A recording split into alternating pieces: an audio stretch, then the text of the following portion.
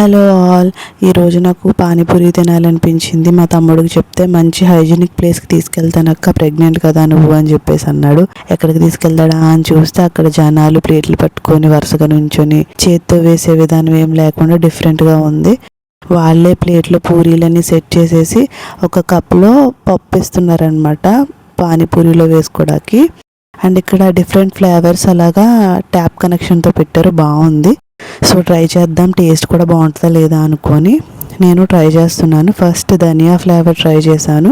నాకు నిజంగా చాలా బాగా నచ్చింది. ఉన్న ఫ్లేవర్స్ అన్నిటికంటే కూడా ధనియా ఫ్లేవర్ బాగా నచ్చిందనమాట. సో మీరు నా వీడియో ఫస్ట్ టైం చూస్తున్నట్లయితే నా ఛానల్ సబ్స్క్రైబ్ చేసుకోండి, మర్చిపోవద్దు. ఒకసారి నా ప్రొఫైల్ కూడా వెళ్ళి వ్యూ ఛానల్లోకి వెళ్ళి చూడండి. సెకండ్ గార్లిక్ ఫ్లేవర్ ట్రై చేస్తున్నా. తిన్నాను, ఎలా ఉంటుందా అని. నాకు ఎందుకో నచ్చలేదు గార్లిక్ ఫ్లేవర్ అంతగా. ధనియానే బాగుంది గార్లిక్ కన్నా. అండ్ అక్కడ స్వీట్ ఫ్లేవర్ ఒకటి ఇచ్చారు. నేను స్వీట్ పూరి తినను కాబట్టి అవాయిడ్ చేశాను. పుదీనా ఫ్లేవర్ ఉంది, దాన్ని ట్రై చేశాను. పుదీనా కూడా ఓకే, బాగానే ఉంది. మరి గార్లిక్ అంత కాకపోయినా పర్లేదు.